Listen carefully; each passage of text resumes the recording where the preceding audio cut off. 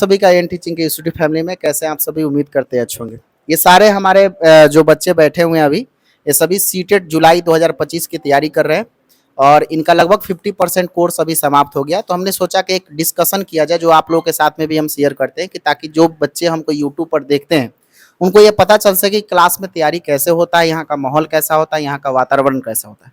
तो हम लोग इनसे कुछ सवाल करेंगे। सवाल पढ़ाई लिखाई से संबंधित होगा, अर्थात जो टॉपिक हमने पढ़ाया है, इन लोगों को बताया है, समझाया है, उसी से संबंधित हम सवाल करेंगे कि हम देखना चाहते हैं कि इन लोगों का तैयारी धीरे धीरे कैसा हो रहा है।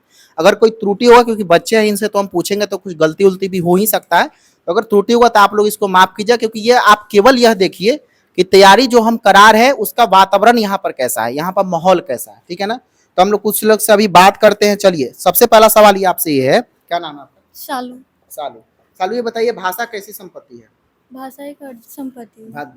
जोर से बोलना थोड़ा। भाषा कैसी संपत्ति है? अर्जित संपत्ति अर्जित है। संपत्ति है। भाषा अर्जित। पैतृक संपत्ति है क्या? सर भाषा एक पैतृक संपत्ति है क्या? नहीं। नहीं। तो सालू से हमने पूछा कि भाषा कैसी संपत्ति, अर्जित संपत्ति, अर्थात भाषा को जब तक ग्रहण नहीं किया जाता है तब तक वो आपके पास में नहीं आएगा, यह पैतृक संपत्ति नहीं होता। बहुत अच्छा सालू, बैठ जाइए, ठीक है ना। उसके बाद में अब देखिए, भाषा सामाजिक वस्तु है या नहीं? हाँ या ना? है। सामाजिक वस्तु अगर है तो कैसे है?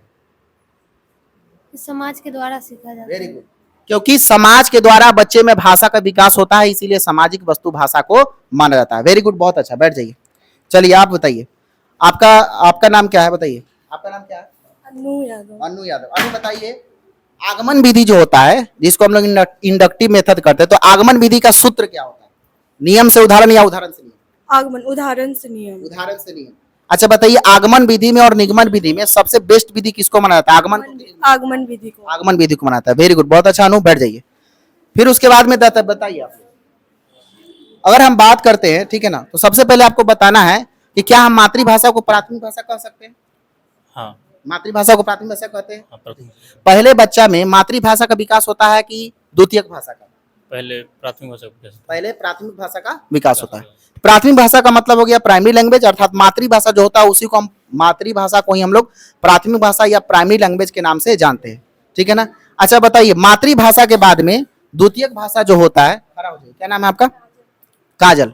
काजल, ये बताइए कि मातृभाषा जो होता है, तो मातृभाषा के बाद में बच्चों के पास में द्वितीयक भाषा विकास होता है। 0 से 5 साल की अवस्था के दौरान समाज में रहकर के जो बच्चा भाषा को सीखता है, क्या उसे आप भाषा अर्जन कहेंगे या भाषा अधिगम? भाषा अर्जन। भाषा अर्जन कहेंगे। अच्छा, 5 साल के बाद में जो बच्चा को भाषा सिखाया जाता है एक विद्यालय परिवेश में ले जाकर के, उसको हम क्या कहेंगे? भाषा अधिगम या भाषा अधिगम? भाषा अधिगम कहेंगे।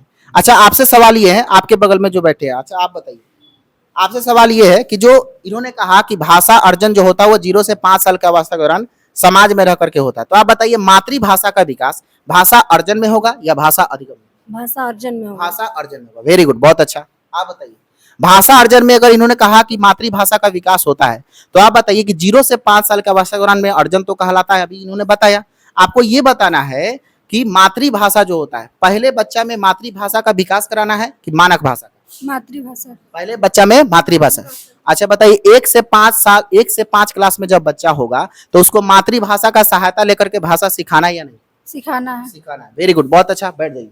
उसके बाद में कुछ और सवाल इन लोगों से करते हैं। आपसे सवाल ये है, जैसे आप लोगों को हमने वृद्धि और विकास पढ़ाया, ग्रोथ एंड डेवलपमेंट, अगर किसी व्यक्ति में मात्रात्मक, पहले नाम बताइए, क्या है? रौनक। रौनक, ये बताइए कि जो वृद्धि होता है, विकास होता है, जिसको हम लोग ग्रोथ एंड डेवलपमेंट कहते हैं, आप ये बताइए कि जब किसी व्यक्ति में मात्रात्मक परिवर्तन को, अगर किसी व्यक्ति के मात्रा में परिवर्तन आ रहा है, जिसको हम नाप तोल सकते हैं, उसे हम वृद्धि कहेंगे कि विकास कहेंगे? विकास। उसे हम क्या कहेंगे? विकास। आप बताइए क्या कहेंगे इसे? मात्रात्मक परिवर्तन को क्या कहेंगे? वृद्धि कहेंगे। वेरी गुड, वृद्धि होता है। मात्रात्मक परिवर्तन को हम लोग वृद्धि कहते हैं, जबकि किसी व्यक्ति में गुणात्मक परिवर्तन को विकास कहा जाता है, ठीक है, बहुत अच्छा, बैठ जाइए।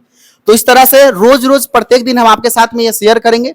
हालांकि आज से हम ये चीजें स्टार्ट किए हैं और धीरे धीरे हमारे बच्चे उसी में परिपक्व होते जाएंगे, क्योंकि बात यह है कि पहले दिन ये स्टार्ट किया गया है तो कुछ बच्चों में हेजिटेशन भी है, लेकिन इसी हेजिटेशन को हम दूर करना चाहते हैं, क्योंकि बनने वाले भविष्य के शिक्षक है और भविष्य के शिक्षक होने के नाते इनको यह ज्ञान होना जरूरी है कि हमारा संप्रेषण कौशल, हमारा कम्युनिकेशन स्किल अच्छा होना चाहिए, ताकि ये अपने विचार को कहीं भी प्रकट कर सके। बहुत बहुत धन्यवाद, आपका दिन शुभ हो। Thank you.